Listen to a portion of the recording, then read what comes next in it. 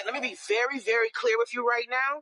Hear me when I tell you, I would not go in there. Turn around now. Charles, is that Sophia's minivan? But you have to ask yourself, who would want the money that bad to kill those dudes? Their wives. Could it be true that the people Nikki and Lester trusted the most are the ones responsible for their deaths? Well, I doubt that, but I do think they are more powerful than we think. Welcome back to my channel, everybody, where today we'll be discussing episode 5 of season 5 of Only Murders in the Building, which was titled Tongue-Tied. This episode had that old classic charm of the show in which we spend most of the time with some odd characters around the building, all while Charles attempts to get his groove back and show Sophia that he can do more than talk with his mouth. Yeah, that was kind of gross, but anyway, we've got some garbage from Miller to look through as we try to solve this case and break down this episode. Full spoilers ahead. So if you all know me, you know I've been a Detective Williams stan since day one. So you can imagine my level of excitement when we open this episode with her voiceover describing what it truly means to have real money and what it buys, and that, my friends, is silence. As our trio takes Detective Williams on the grand tour of the now infamous Velvet Room. But hold on, something is seriously off. The money in the hidden compartment of the table is now gone. The blood and the markings from Nikki's potential cleaver attack in the dents in the wood are also gone, as it appears that everything has been totally repaired. Williams suggests it's all been wiped clean, evidence meticulously removed, as her theory is that someone's been paid by the billionaires to clean up their messes, and they most likely live right in the building.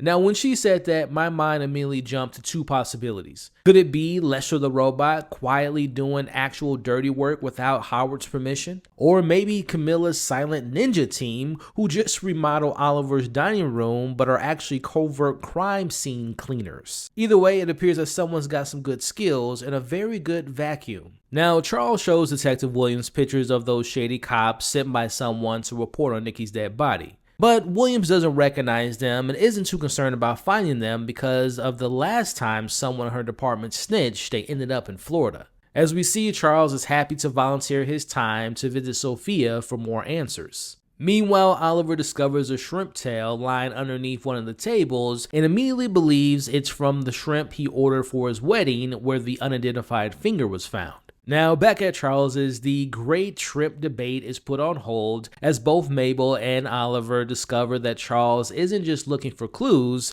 he's also looking for love. Or at least some senior companionship on the dating app called Last Gasp, which I just thought was hilarious. As Mabel and Oliver are off to question the building staff, Oliver stays behind because he notices that Charles is acting weird. Charles doesn't want Mabel to know, but he tells Oliver about that mysterious trial that Charles signed up for back a few episodes ago. Well, it turns out it was for a testosterone trial designed to build bone strength, intensify his energy, and basically make him feel young again. Which makes sense because Charles has had a bit of an obsession with feeling young throughout this season so far. Now, this doesn't come without its side effects, as he says he has this consistent taste of pennies in his mouth, and now he's got cats following him around everywhere he goes. And to prove just how effective this new trial is, we see super strong Charles casually picks Oliver up, demonstrating his newfound strength. So going back to talking about this new dating app, I do wonder if it'll play into the story of this season. Will we see Charles finding true love or only find someone to make love to? Also, this newfound energy, I wonder if that will play into Charles' story arc this season. Will there be more dangerous side effects that pop up in the most unexpected moment?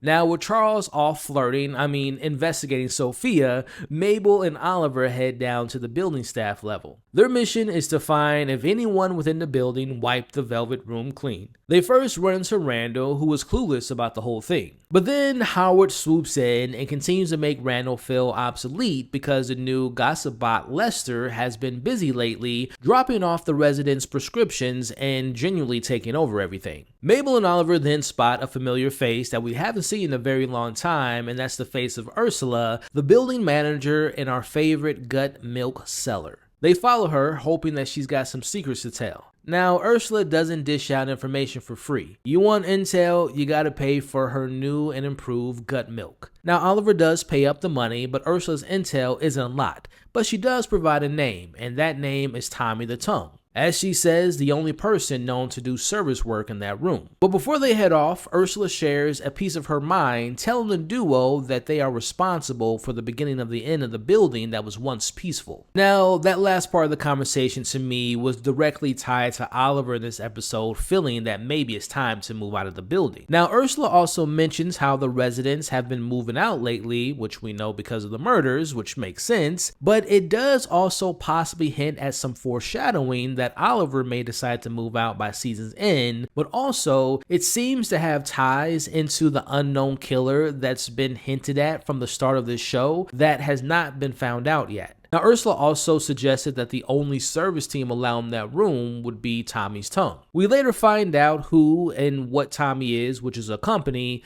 but is it a company that's a secretly owned cleaning company by both Lorraine and Sophia?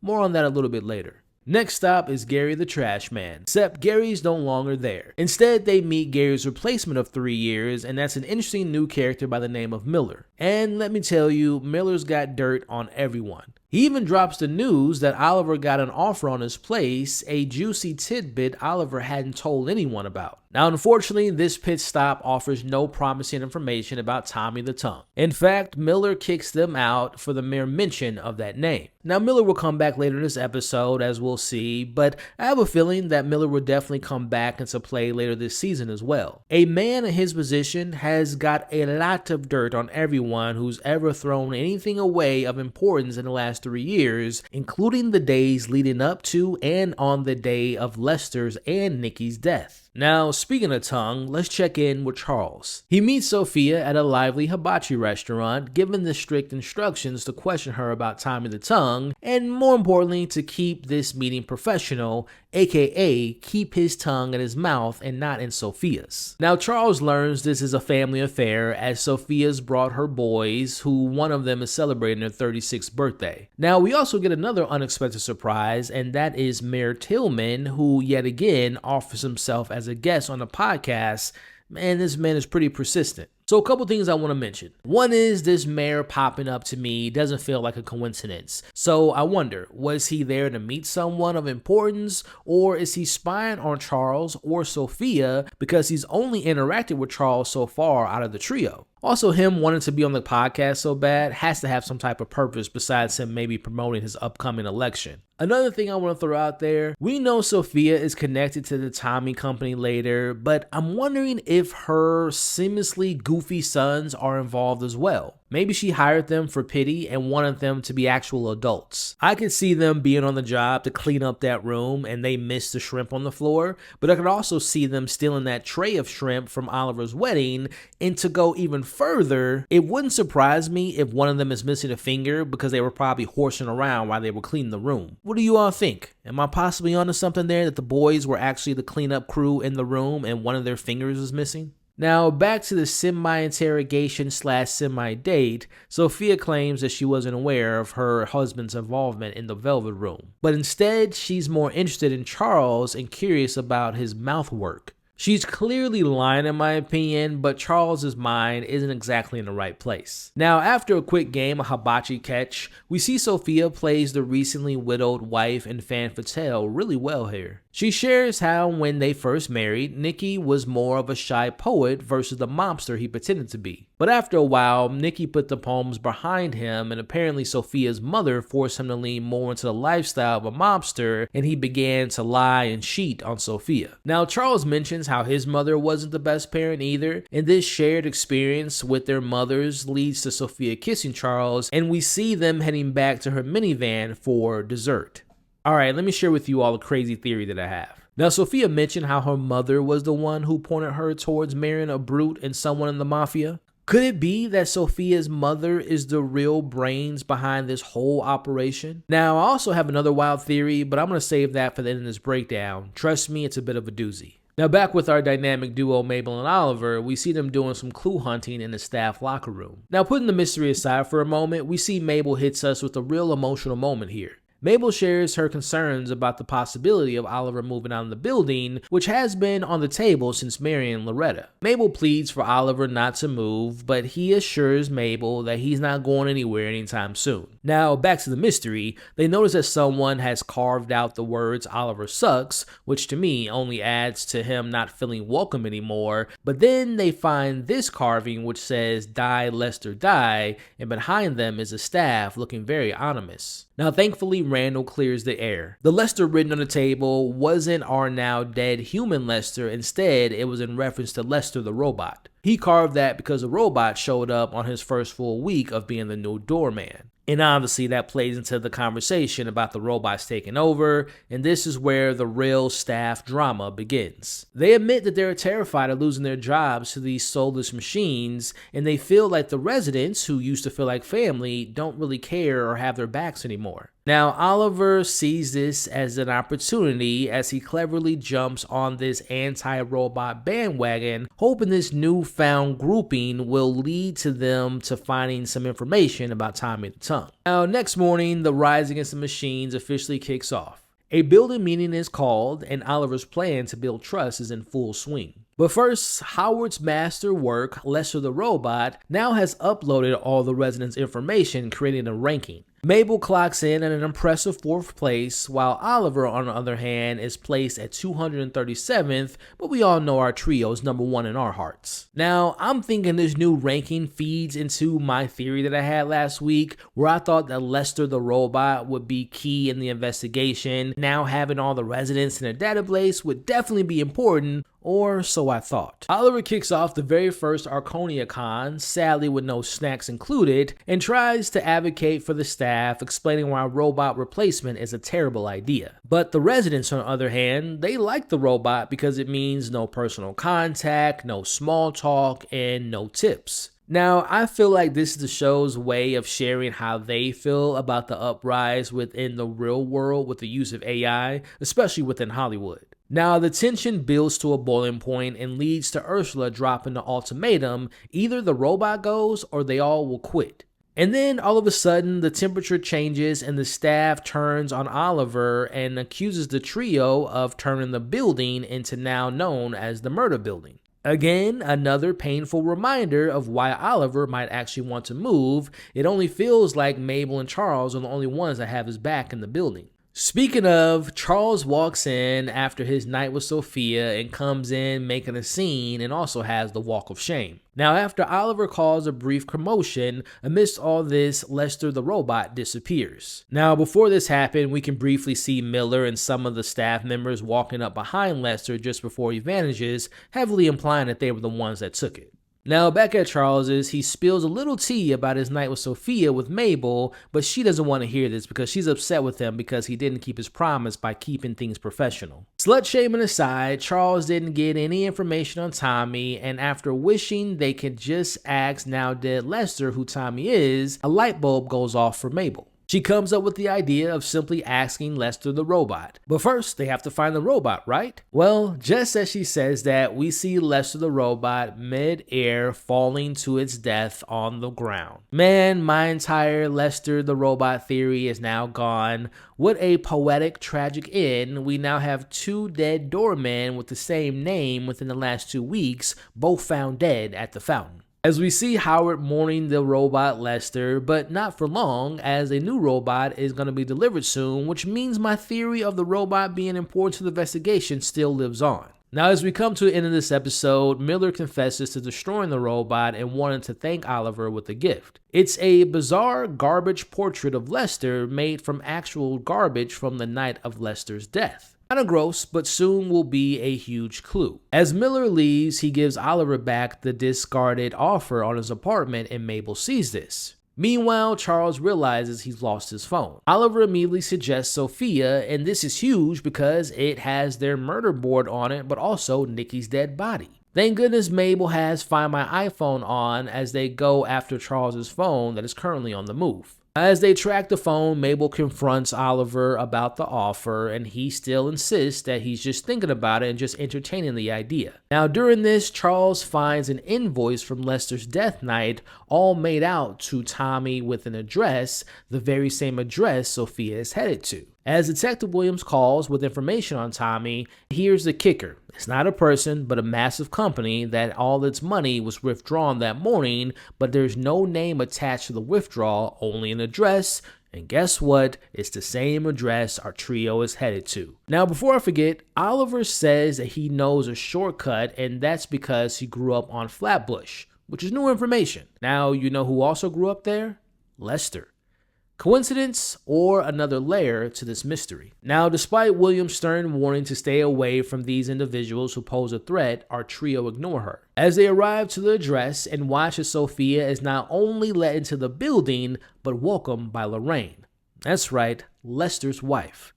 Are the wives of both the victims, Lester and Nikki, the ones responsible for their deaths? All right, let's just jump right into my suspect list this week, and also I'll share one of my crazy theories that I have. So that last scene where we see Lorraine and Sophia, obviously kind of alluding to them being the killers in this week's episode. My question is it possible that they may be related, maybe even sisters? I'm thinking about the story Sophia shared in this episode about her mother wanting her to marry into the mafia. What if my theory of Lorraine being in the family and she didn't marry in the mafia, instead she married Lester? What if she wanted to explore a life outside the family business, but instead of having the man being the head of the mafia, she took the responsibility for herself, and in reality, her and Sophia were both in control of their husbands' businesses and within the Velvet Room, and they secretly ran it together, and Nikki and Lester were just like the faces. Now remember the story about Lester's beginnings. He was a failed actor who became homeless before becoming the doorman of the building.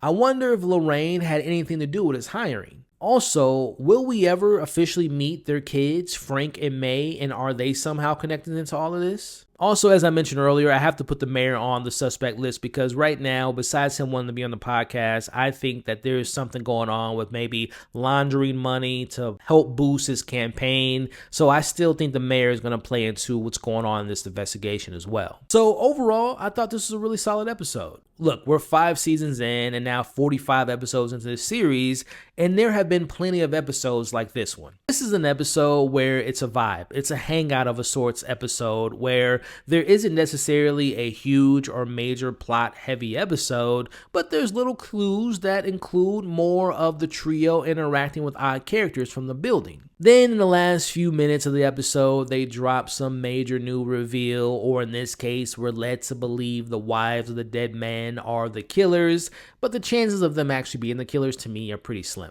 Either way, I still enjoyed the flow of this episode. We got some great laughs from Charles being on the date. It was great to see Ursula again. I think she's a great character. And also Howard's robot interaction is always a fun time. And of course, we can't be mad at having the dynamic duo of Mabel and Oliver hanging out together. And also meeting Miller was pretty cool. Well, there you have it. That will conclude my breakdown of episode 5 of season 5 of Only Murders in the Building. Now, before we wrap this up, if you all have made it to this point in the breakdown, I really appreciate you all so much for the support. Do me a favor and put in the comments right now, #AnotherMan'sTreasure.